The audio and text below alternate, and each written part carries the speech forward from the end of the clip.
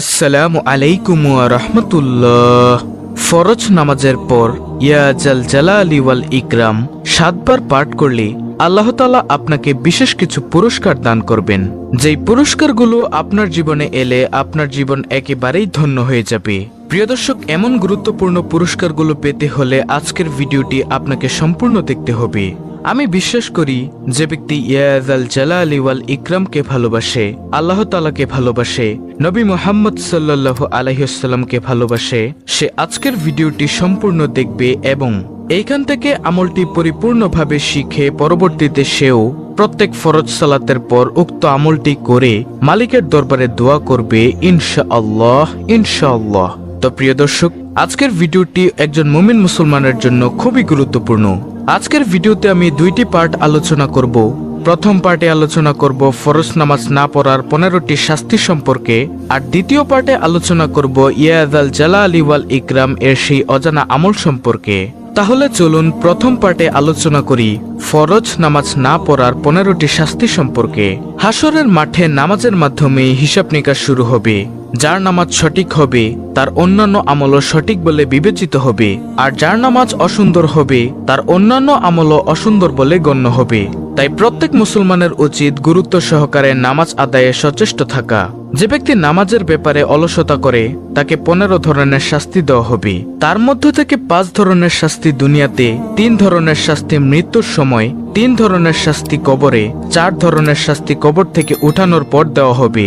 দুনিয়াতে যে 5 ধরনের শাস্তি দেওয়া হবে তা হলো: নম্বর 1, তার জীবনের বরকত ছিনিয়ে নেওয়া হবে।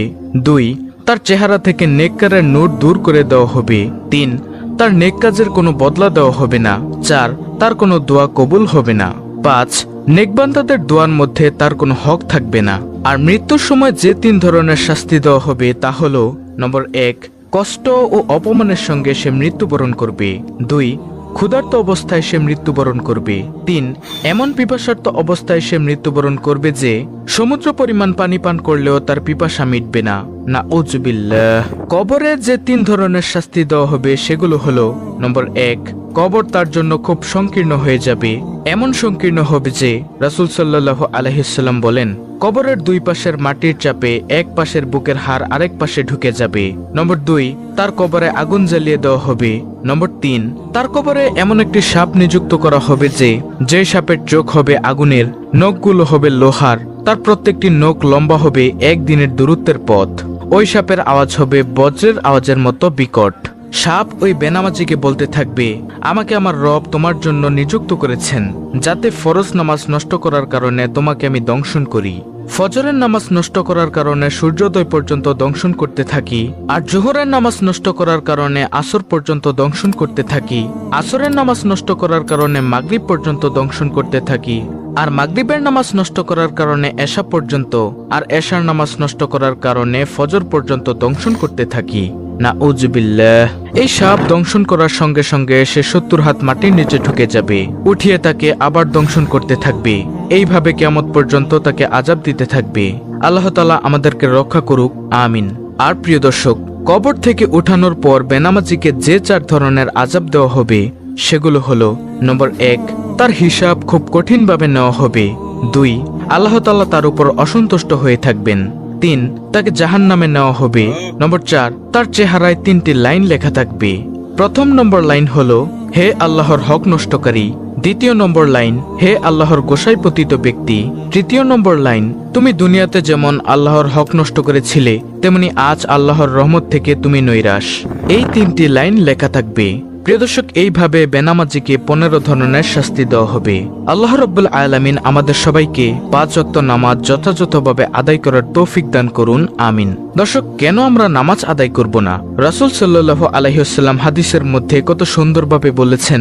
তিনি বলেন, হে সাহাবায়ে কেরাম, শোনো, তোমাদের কারো বাড়ির পাশে যদি একটি প্রবাহমান নদী থাকে, সেই নদীতে যদি সে ব্যক্তি দৈনিক 5 বার গোসল করে তার শরীরে কি কোনো ময়লা থাকতে পারে? তখন সাহাবায়ে কেরাম বললেন, না ইয়া রাসূলুল্লাহ সাল্লাল্লাহু আলাইহি ওয়াসাল্লাম, তার শরীরে কোনো ধরনের ময়লা থাকতে পারে না, সে ব্যক্তি একেবারে পরিষ্কার পরিচ্ছন্ন হয়ে যায়। তখন নবী করিম সাল্লাল্লাহু আলাইহি ওয়াসাল্লাম বলেন, হে সাহাবায়ে কেরাম, শোনো, কোনো ব্যক্তি যদি 5 বার অজু করে সুন্দরভাবে অজু করে 5 ওয়াক্ত নামাজ সুন্দরভাবে আদায় করে তার শরীরেও কোনো গুনাহের ময়লা থাকতে পারে না। সুবহানাল্লাহ, আল্লাহু আকবার। প্রিয় দর্শক, নামাজের এতটাই দাম, এতটাই গুরুত্ব। আল্লাহ তাআলা আমাদেরকে 5 ওয়াক্ত নামাজ জামাতের সাথে এবং মহিলাদেরকে ঘরের মধ্যে সুন্দরভাবে আদায় করার তৌফিক দান করুন। আমিন সুম্মা আমিন। তো প্রিয় দর্শক, এখন বলবো সেই আমলের কথা যে আমলটি করলে আল্লাহ তাআলা আপনাকে বিশেষ বিশেষ কিছু পুরস্কার দান করবেন। সে আমলটি হলো ইয়া যাল জালালি ওয়াল ইকরাম এর আমল। এটি হলো একটি ইসমে আজম। ইসমে আজম আল্লাহ তাআলার গুণবাচক নাম দিয়ে তৈরি। প্রিয় দর্শক, এই ইসমে আজমের অনেক অনেক দাম। রাসূল সাল্লাল্লাহু আলাইহি ওয়াসাল্লাম একদিন একটি পথ দিয়ে যাচ্ছেন, এমতো সময় দেখলেন এক ব্যক্তি ইয়া যাল জালালি ওয়াল ইকরাম এর দ্বারা আল্লাহর দরবারে দোয়া করছেন। তখন নবী সাল্লাল্লাহু আলাইহি ওয়াসাল্লাম বলেন, তোমার আজকে যা মনে চায় তুমি তাই আল্লাহর দরবারে চেয়ে নাও, কারণ ইয়া জাল জালালি ওয়াল ইকরাম এর বরকতে আল্লাহ তাআলা তোমার দোয়া আজকে কবুল করে নেবেন। সুবহানাল্লাহ, আল্লাহু আকবার। আমাদের সমাজ থেকে আজকে এই ইয়া জাল জালালি ওয়াল ইকরাম এর জিকিরটি হারিয়ে গিয়েছে। অথচ কত দামি একটি আমল। আমরা যখনই মোনাজাত ধরব, মোনাজাতের মধ্যে ইয়া জাল জালালি ওয়াল ইকরাম এটা বলে আল্লাহর দরবারে কিছু চাইবো। ইনশাআল্লাহ ইয়া জাল জালালি ওয়াল ইকরাম এর উসিলায় মহান রব্বুল আলামিন কিছু না কিছু অবশ্যই দান করবেন ইনশাআল্লাহ। তো প্রিয় দর্শক, আমলটি করার জন্য আপনাকে প্রত্যেক ফরজ সালাতের পর ইয়া জাল জালালি ওয়াল ইকরাম এর জিকির করতে হবে এবং ইয়া জাল জালালি ওয়াল ইকরাম এর জিকির করে মহান মালিকের দরবারে আপনি যা চাইবেন, এক কথায় আপনি যা চাইবেন তা যদি আপনার জন্য কল্যাণকর হয়ে থাকে অবশ্যই আল্লাহ তাআলা আপনাকে তা দান করবেন। কারণ রাসূল সাল্লাল্লাহু আলাইহি ওয়াসাল্লাম কিন্তু হাদিসের মধ্যে স্পষ্টভাবেই বলে দিয়েছেন যে ব্যক্তি ইয়া জাল জালালি ওয়াল ইকরাম বলে কোনো কিছু চায় তাকে আল্লাহ তাআলা খালি হাতে ফিরিয়ে দেন না।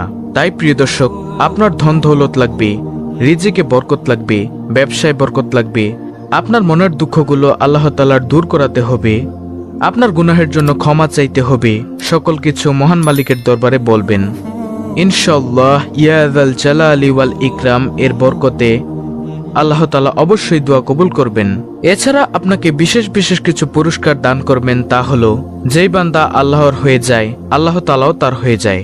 যখন আপনি আল্লাহর পাগল হয়ে যাবেন আল্লাহ তাআলা আপনাকে গায়বী খাজানা থেকে রিজিকের ব্যবস্থা করবেন, আপনার অন্তরের মধ্যে প্রশান্তি দান করবেন, প্রশান্তিময় জীবন দান করবেন, পরিবারের মধ্যে সংসারের মধ্যে সুখ শান্তি দান করবেন ইনশাআল্লাহ, এবং সমস্ত আমল করার জন্য আপনাকে তৌফিক দান করবেন। আল্লাহ তাআলা বলেন, চেষ্টা করা বান্দার দায়িত্ব, পূরণ করার মালিক হলাম আমি আল্লাহ। অতএব প্রিয় দর্শক, আমাদের কাজ হচ্ছে চেষ্টা করা। আমরা সব সময় মহান মালিকের দরবারে বলবো, হে মালিক, তুমি আমাদের দ্বারা এমন কিছু আমল করাও যে আমলগুলো করলে তুমি খুশি এবং তোমার নবী মুহাম্মদ সাল্লাল্লাহু আলাইহি ওয়াসাল্লামও খুশি। অবশ্যই আল্লাহ তাআলা আপনাদের দ্বারা এবং আমার দ্বারা ভালো কিছু আমল করাবেন। প্রিয় দর্শক, এই ইয়া জাল জালালি ওয়াল ইকরাম হচ্ছে অত্যন্ত সুন্দর একটি আমল, যেটা রাসূল সাল্লাল্লাহু আলাইহি ওয়াসাল্লামও করতেন। আল্লাহ রাব্বুল আলামিন আমাদের সকলকে এই আমলটি করার তৌফিক দান করুন। আমিন।